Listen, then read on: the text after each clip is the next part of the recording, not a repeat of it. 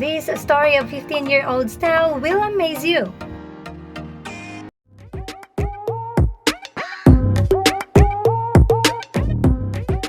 A Facebook account with the name Essie Kamba shared this post from his Facebook memories 14 years ago. A group photo with 15-year-old Stell. But what makes this special was that Stell was their choreographer at this time.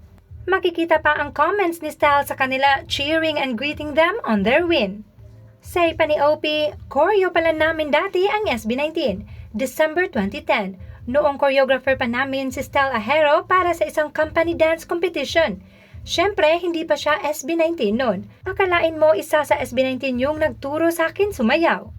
Imagine ang 15-year-old Stell nagtuturo ng sayaw para magkapera at ngayon ay choreographer and heavenly voice of the P-Pop King SB19. Kapag naiisip talaga ang mga hirap na dinanas nila, ang kanilang pagsusumikap at pagtatrabaho kahit sa murang edad, ay masasabi mo talagang deserve na deserve nila ang kanilang kasikatan at yaman na tinatamasa ngayon. This is one of the big reasons why many love SB19. Aside from their undeniable talent, marami ang nai-inspire sa journey ng buhay nila. At hindi lang yan, kahit sa tagumpay na tinatamasa, nananatili pa rin silang mga mabubuting tao.